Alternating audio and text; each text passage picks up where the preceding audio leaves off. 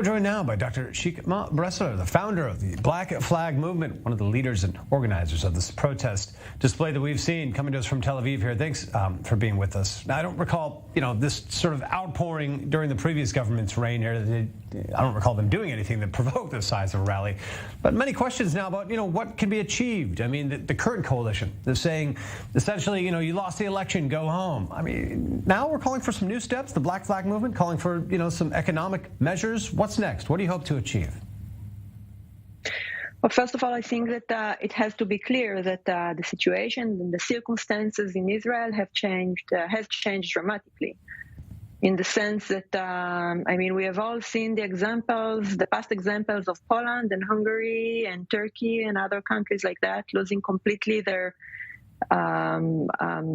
regimes, their political situation, and moving from something which was democratic to something which is completely not. We have all seen the effect of that on the country's economy, on the freedom of people in this country, and I think that the world need to know that this is what we are facing here in Israel now.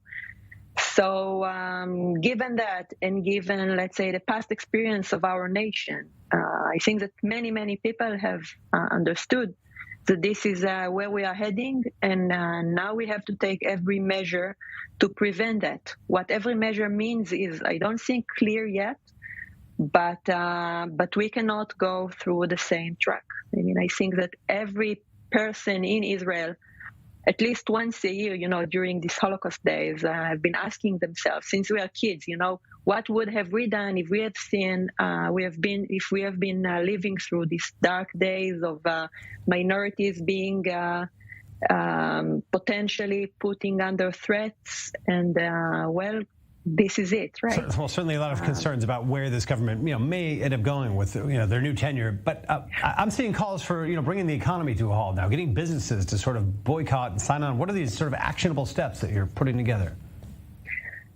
So I don't think that it is clear yet, right? So we have seen a large protest and strike by the attorneys all over the country. I hope that it's just, the first site of something that will grow larger. I don't know how. I don't know, because it's hard to organize. You cannot organize such things. It really need to come from the bottom of the heart of the people involved, and everyone is involved. So I cannot predict. I just the only thing that I can say is I've been yesterday to this large demonstration that you have been showing around, and I talked to a million people, not really million, but many people, and everyone. Yeah. And I'm not claiming that it is by any chance like a normal poll, but what I can clearly say is that unlike in the past, people do realize and do understand that protest will not be enough. This will not the way to prevent such things from happening, and people will people understand what it means. The world need to understand. We're staying tuned for that. No regime. Certainly. Because no regime will breast into. Right, we're just emerging to the from news elections. And say we are going to change the political situation such that you guys will be living under a dictatorship. Sorry to cut in. I know you have a lot of organization going on. We'll stay tuned for the next iterations of these demonstrations. I want to get another guest in here. We're going to talk about some other sides of this. Thanks for joining, though, for now. And a lot of attention, though, in this moment in Israel. It's on the new leadership of Prime Minister Netanyahu, of course, the new cast of characters around him, and all amidst this judicial overhaul that they're planning now. But to get some perspective, here's Netanyahu from 2012 on the issue. A large majority of the public agrees that it is necessary to make corrections in the judicial system and law enforcement. We talked about it before the elections and received a clear mandate from the public. By the way, these amendments should be made responsibly and with discretion while hearing all positions. And that is exactly the process that's going to take place now in our parliament. Therefore, I suggest that everyone calms down and engage in substantive discussion. I want to reassure you, democracy is built on a proper balance between the three authorities, and this balance exists in all democracies in the world.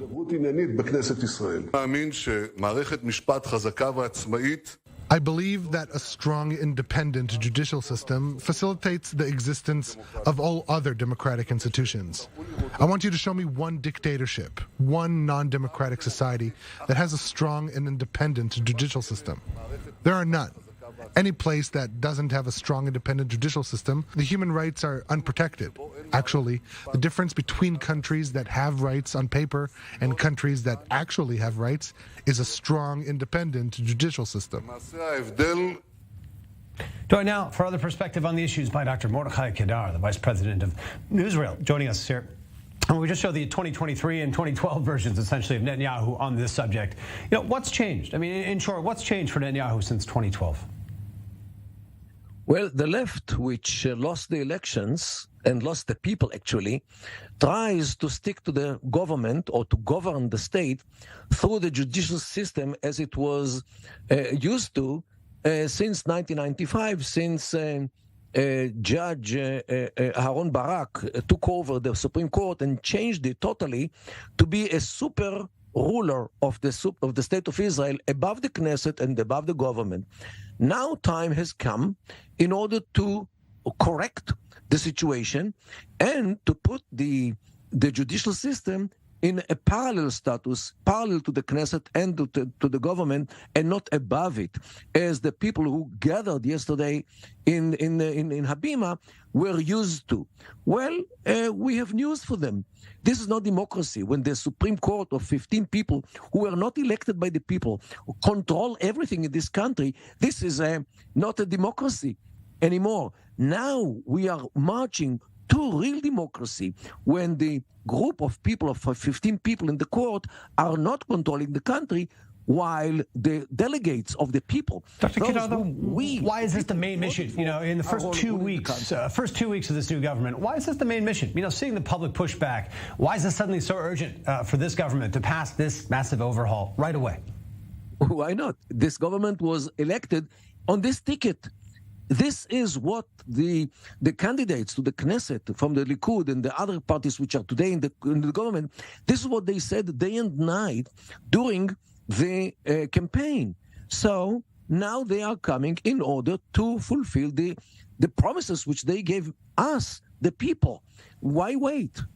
Why in a year it will be better time than today? No, there hasn't been a lot of public outcry over this issue. Obviously, this has been, as you mentioned, strong on the campaign trail for these politicians. We're seeing a lot of public outcry now, though. So we'll see where it all goes from this point. Will things, in just a few words, will things move forward? This government will continue on this path no matter what? Look, if the other side wouldn't like to sit with the government to decide together about the real corrections which have to be introduced into the judicial system, the government will go by itself. Mordechai Kedar, thanks for joining us on it. A lot of perspectives. Thanks for being with us on Zoom In.